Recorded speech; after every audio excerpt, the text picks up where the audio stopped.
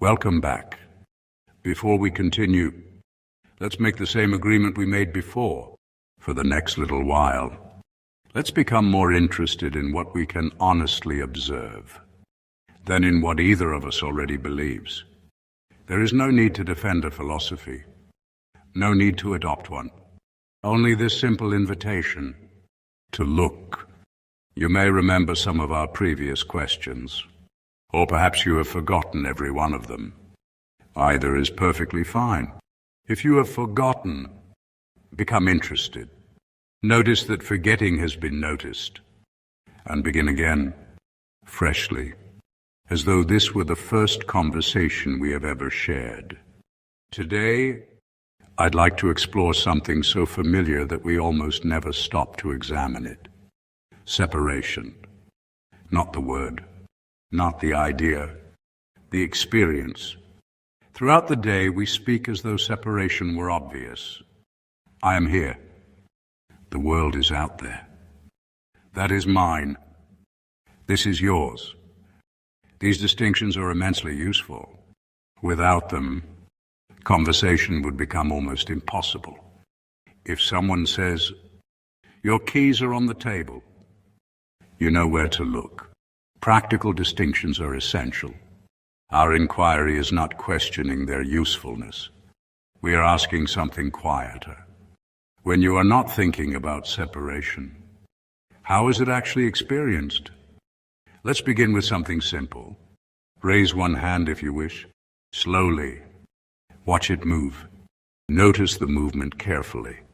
Before thought says, "I am raising my hand," what is actually present? Movement. Sensation, seeing, perhaps intention. Notice how rich this one ordinary moment already is. Now lower the hand. Again, observe before describing. Experience first. Description second. Become interested. Now let your eyes rest on an ordinary object nearby. Perhaps a cup, a book, a leaf outside the window. Do not try to meditate. Do not try to see anything unusual. Simply look. Notice the colors, the textures, the play of light. Now another gentle question. Where exactly does the object end and seeing begin? Take your time, not conceptually, directly. You may immediately think, the object is over there. Wonderful. Now notice, that is a thought. Useful, practical. But before the thought appeared, what was your immediate experience? Only seeing. Stay there, not because it proves anything, because it is undeniably present. Now listen. Perhaps there is a distant sound, a bird, the hum of a refrigerator, a passing car. Notice the sound. Can you hear the place where the sound becomes hearing? Is there a line, or is there simply hearing? Again, do not force an answer. If a boundary is obvious, wonderful.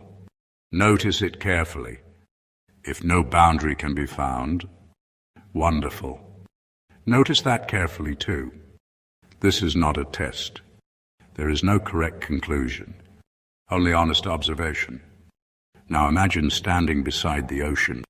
A wave rolls toward the shore. Where does the wave end and the ocean begin? The question may sound strange, yet we understand immediately. The wave has a recognizable form. We can point to it. We can name it. We can even measure it. Yet it has never been separate from the water. Notice what this example does. And what it does not do, it does not prove anything about you. It simply invites another way of looking. Perhaps some distinctions describe function. Without describing fundamental nature, leave that possibility open. Now consider another ordinary moment. Someone calls your name across a crowded room. Instantly, attention turns. Before thought has time to explain, the body responds. Interesting. how quickly identification appears. Not because anything has gone wrong, because this is how the human mind has learned to organize experience. Now ask quietly, in that instant of hearing your name, what exactly responded?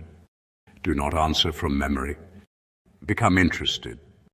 Look, perhaps you notice a feeling in the body, a turning of the head, a thought, an expectation. Each of these can be observed. Stay close to what is undeniable, not to what is most familiar. Now another experiment. Imagine looking at the night sky, thousands of stars, silence, space for a brief moment. The usual concerns become very small. Many people know this experience.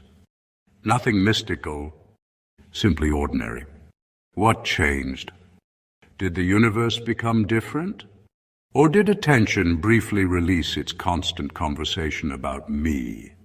Again, do not conclude. Notice, the question is enough. Now let us return to something wonderfully simple. The next breath. Here it comes. Uninvited, unforced, complete. Notice it, then let it go. Nothing to hold, nothing to improve. Just this. One breath, one sound, one moment, entirely sufficient for honest observation. Become interested. Look again.